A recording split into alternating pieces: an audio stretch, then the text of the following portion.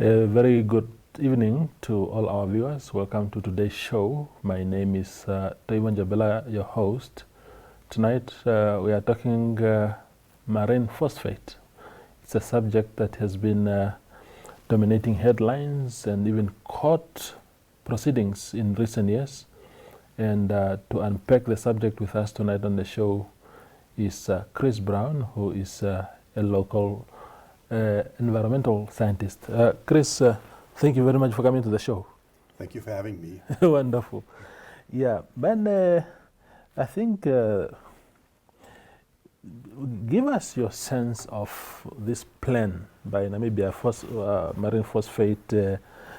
I think there's some sort of actually movement towards realizing that project, or to actually sort of get it rolling. What is your general attitude towards marine phosphate? Yeah.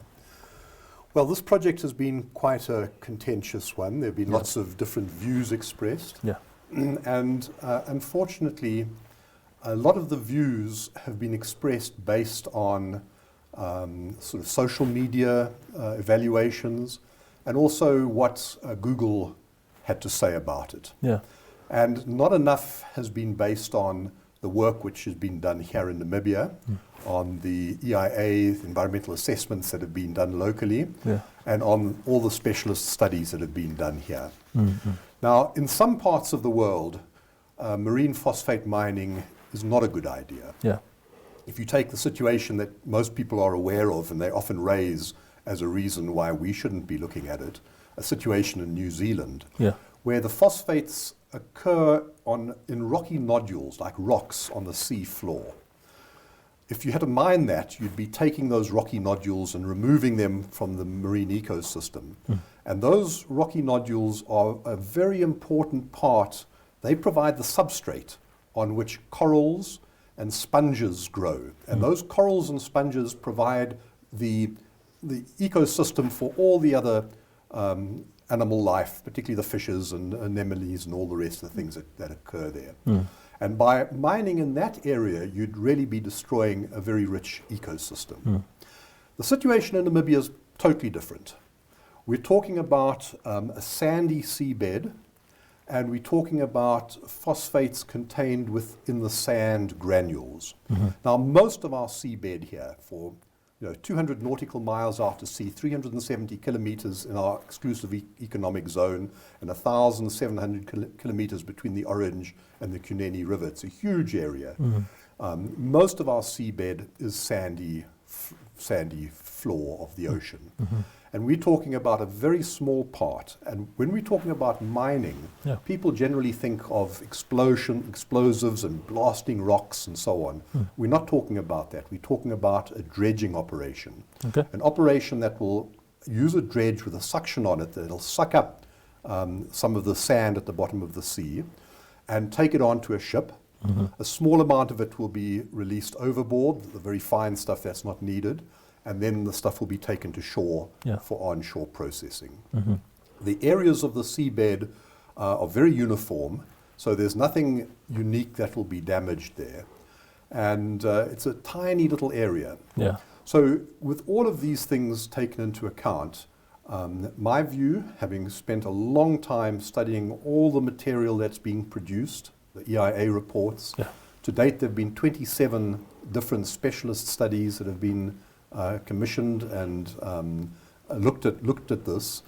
All those scientists, those independent scientists that have done that work, none of them have found anything significant to be concerned about in terms of the marine ecosystem or conflict with the fishing sector.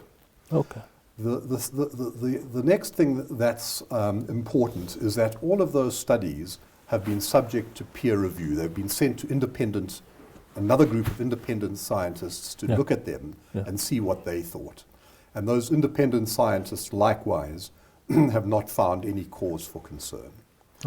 So, I'm an environmental scientist. I work in the environmental sector. And when we talk about environment, we're not talking about just the green ecosystem side of things.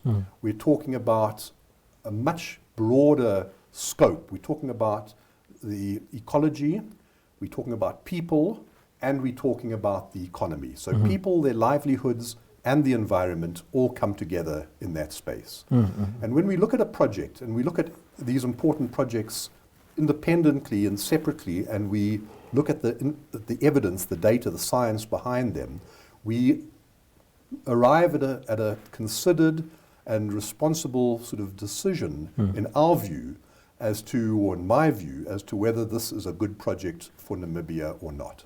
Economically now, or is it environmentally?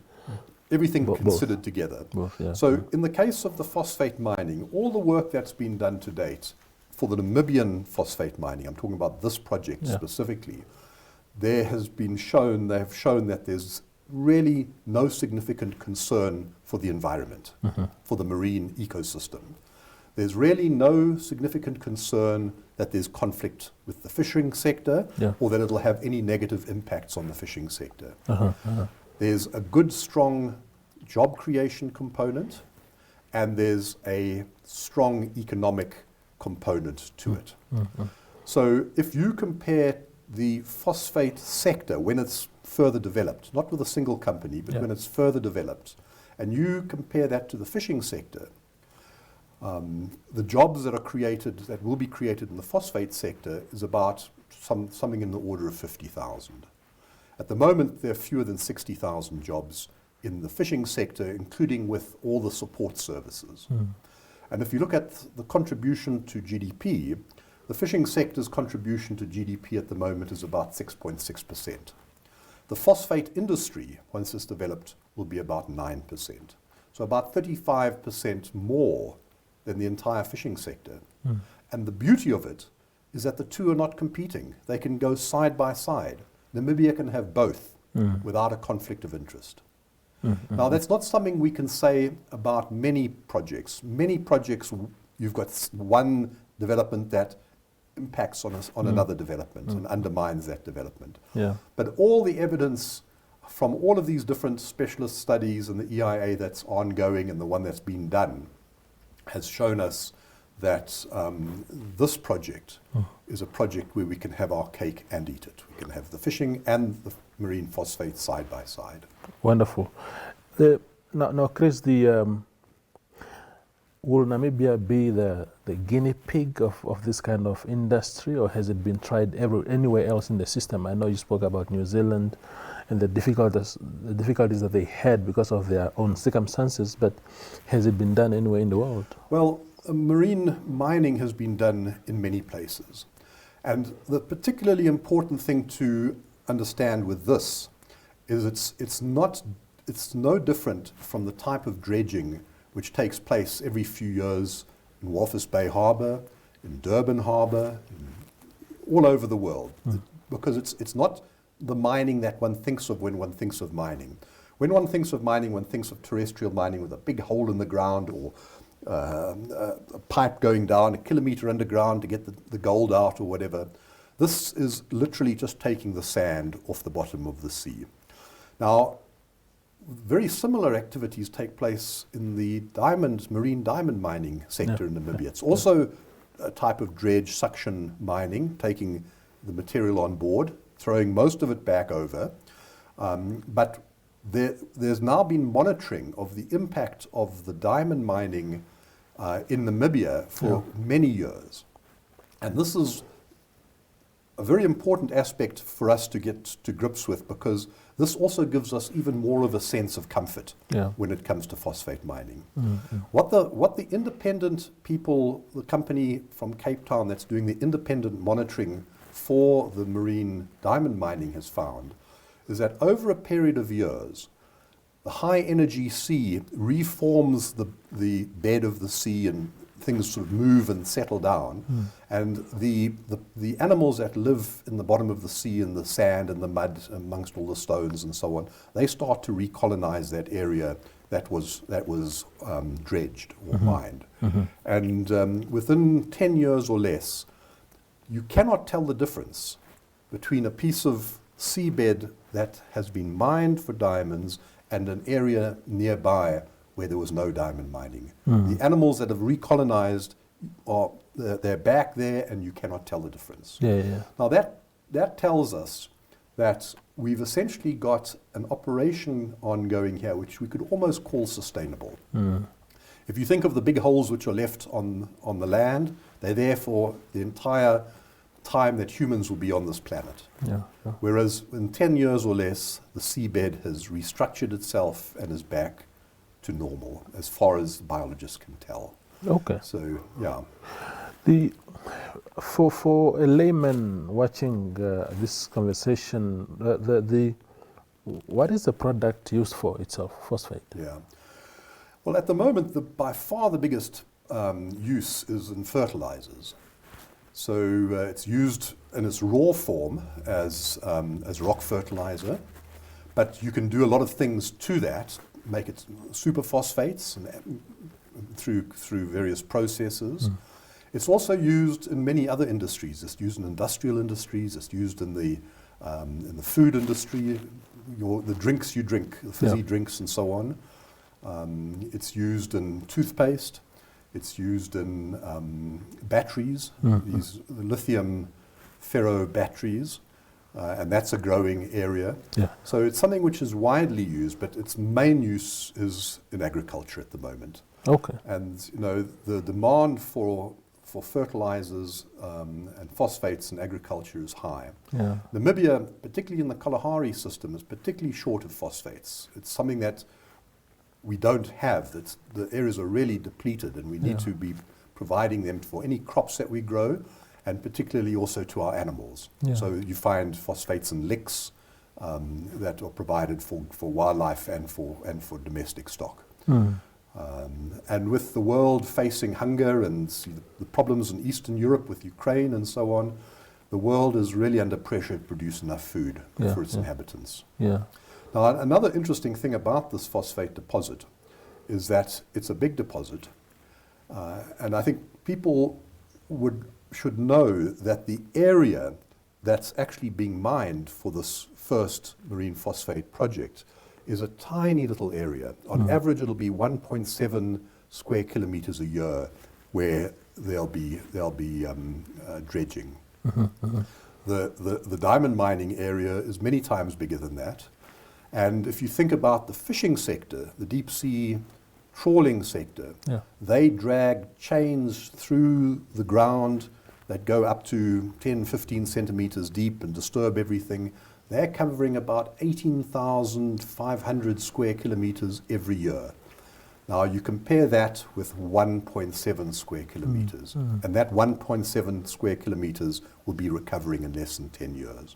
So we're talking about a tiny, tiny footprint in the marine space, a footprint that we expect to recover in time, over time, and one little ship bobbing there part-time. It'll be part-time on shore, part-time out there with its dredger. And so it's not occupying any space where fishing vessels need to be, one single little boat in that huge space. And all the studies on the benthic life, on the sea, on the fish, on the water columns, all these 27 studies haven't revealed anything of concern. Wonderful. We go, Chris, for a quick break and then return for second half.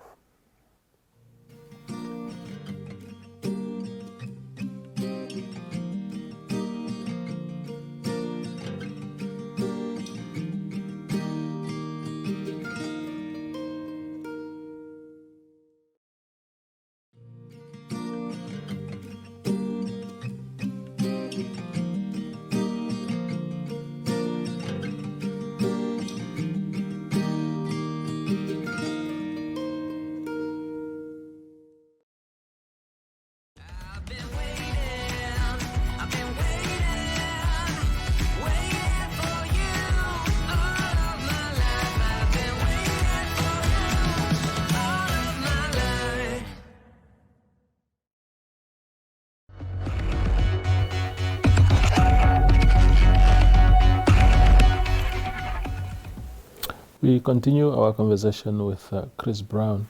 Now, Chris, I mean, it's such a scientific and technical industry. As matters stand, has the discovery in the presence of this resource established already, or is it a process that requires exploration first and to confirm availability and stuff like that? The early work on understanding the resource and its distribution in the marine sediments of Namibia, that has all been done. Okay. So they know where the resource is, and they know what the value of that resource is in terms of its concentrations and the size of the resource. And so now the next stage is really going in and starting the extraction of the sand for taking onto shore and processing. Yeah. But you're entirely right that it is a very scientific and lengthy study. The study's been going on for 10 years now with all these specialists on their particular subjects. And that is one of the reasons why it's so difficult for the public to really understand the implications of it, because it took me a whole week of reading well over 1,000 pages and then following up with some of the specialist studies and the people behind them, and then following up with the independent reviewers who reviewed it. So I put aside a week of my life to really understand this project and see what it was all about and get to the position where I could form an opinion. Now, most people don't have time to do that, and so they tend to go to Google and see what Google has to say. And the problem with that, as we've said, is that it doesn't focus you onto this project. It talks about other projects. So it is tricky for the public to get to grips with these big, complex projects. Absolutely. And you said earlier before the break that you have kept abreast with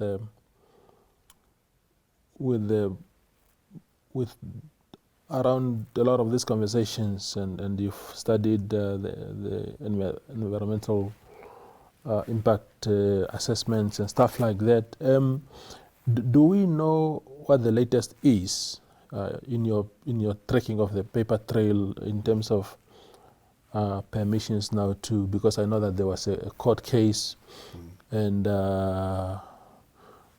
this company was told to go back and I think start afresh and stuff like that. What can you tell us? What do you know about where the process is at the moment? The court case didn't ask him to start from scratch, but this project started actually before the Environmental Management Act came into being. So some of the early work done in this project didn't quite conform with the current methodologies, and so they were just asked to go back and make sure that the methodologies they're applying and the due process they're applying conforms. So all of the studies are still relevant, the science and the studies are still relevant and all of that. And that is all available in the public domain on various websites. There are some new studies that are ongoing, and they are still to come out into the public domain, but the results of those have been presented in summary form at some of the public consultation meetings that were held. So the information in its entirety is still coming out, but we've had discussions on some of the main findings of those studies. One of the countries, and maybe I'm putting you on the spot now, but you might know. If you don't know, it's fine. But you spoke about New Zealand. Another country that raised concerns around phosphate mining was, or marine phosphate mining rather, was Nauru. Do you know whether they have a similar stumbling block as New Zealand, which had, of course, environmental issues of particular type that couldn't allow that to go ahead with that? Have you maybe looked at Nauru? Well, all of these areas are different. In some areas they're mining an island in the marine ecosystem, and that island was an important seabird colony, and they're essentially taking that island away. So it has a huge impact, and there's no recoverability there. In other places, Nauru and other places, you're talking about tropical ecosystems, coral reefs, very sensitive, high production, and very diverse ecosystems. Our ecosystem is totally different to that. It's also a high production ecosystem, but not based on high biodiversity. We've got Yeah. quite low biodiversity, but high production because of our upwelling and the plankton blooms and so on. Mm-hmm. So, one has to look at every project in its context to see what the specific impacts will be. Yeah. And that's what we do for all these projects, whether it's a uranium project or a petroleum project or whatever. We look at it in its context and we look at the science behind it and the studies behind it, and we come to the conclusion whether this is a good or bad project for Namibia. Yeah. So in your assessment, then you are saying essentially that marine diamond mining, fishing, and marine phosphate mining, all these three key industries of our economy can coexist according to the current assessment. That is correct. Wonderful. That is correct. But now there's one further thing that I think is really important. Yes. to say. One can base one's information on available science, and you always make decisions for one's life, whether to get out of bed in the morning, whether to drive one's car into the office or not, based on risk assessments and the best available information. And so you make responsible and reasonable decisions in moving things forward in life. Mm-hmm. And that's what we have done, and what I have done here, and some of my colleagues have done in terms of assessing this project. Mm-hmm. One can never be 100% sure. You'll never be 100% sure getting out of bed if you'll reach the office. Mm-hmm. So there are extra safeguards one can put in place. And I've recommended 3 extra safeguards in line with what's happening in the diamond industry. Mm-hmm. In the diamond mining, they've got an independent company monitoring the effect on the seabed of their work. We should do the same for the phosphate mining. We should have an independent company monitoring the impact of this, so that we really have good data on what's happening real time as we move forward. And then we can adaptively respond. Secondly, that independent company shouldn't report to the phosphate company. It should report to a little steering committee consisting of a couple of key line ministries like fisheries, environment, mining, private sector like the fishing industry, environmental NGOs, academia, other key stakeholders, and that's who they're reporting to. And then the third thing is that the data that they're collecting in this monitoring should be put on a dedicated website in the public domain with an explanation so the stakeholders and the interested and affected parties can understand what the data is saying in as near to real time as possible. If there are problems, we'll pick them up quickly. None of the evidence suggests that there will be, but if there are, we'll pick them up. But secondly, and I think this is important, people are concerned about this project. They're concerned that it'll have an effect on the marine ecosystem and damage fishing. By monitoring it closely in real time and showing that there's no significant negative impacts and so on, it'll build up the public's confidence. Like people today are confident, they're not worried about the diamond mining, marine diamond mining. It'll build up their confidence that this is actually a safe activity that's compatible with fishing, and the two can live comfortably side by side. Yeah. Indeed. Chris, it was a pleasure having you on the show. Thank you very much. Really appreciate it. Thank you very much for having me. Wonderful. That is Chris Brown. He's an environmental scientist who thinks that according to his professional take on the issue of marine phosphate mining, Namibians have nothing to worry about. Thank you for watching.